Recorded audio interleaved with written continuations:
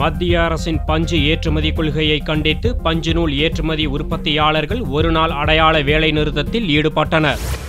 தமிழகத்தில் 3000த்திற்கும் மேற்பட்ட பஞ்சுநூல் உற்பத்தி ஆலைகள் உள்ளன.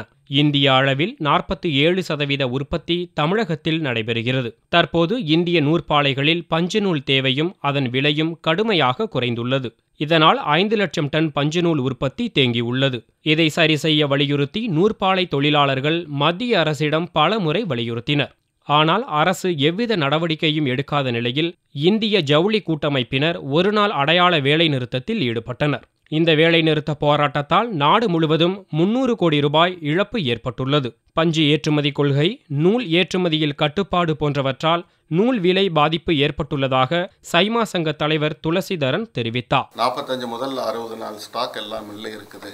டோட்டல் ஆல் இண்டியா லெவலில் ஒரு 540 மில்லியன் கிலோ ஸ்டாக்கு மில்கள் இருக்குது. இதனால் நூல் விலை ரொம்ப சரிந்து பெரிய பொருளாதார நெருக்கடியில் பஞ்சாலைகள்லாம் இயங்கி வந்துட்டு இருக்கு. உற்பத்தி பாதிப்புன்னு எடுத்துட்டிங்கன்னா 130 கோடி ரூபாய்கள், 6 லட்சம் தொழிலாளர்கள் டிஸ்லோகேட் ஆகியிருக்காங்க. அதனால் மத்திய அரசாங்கத்தின் கவனத்தை ஈர்க்கும் பொருட்டு நாங்கள் இன்னைக்கு ஒரு நாள் வேலை நிறுத்துவோம்.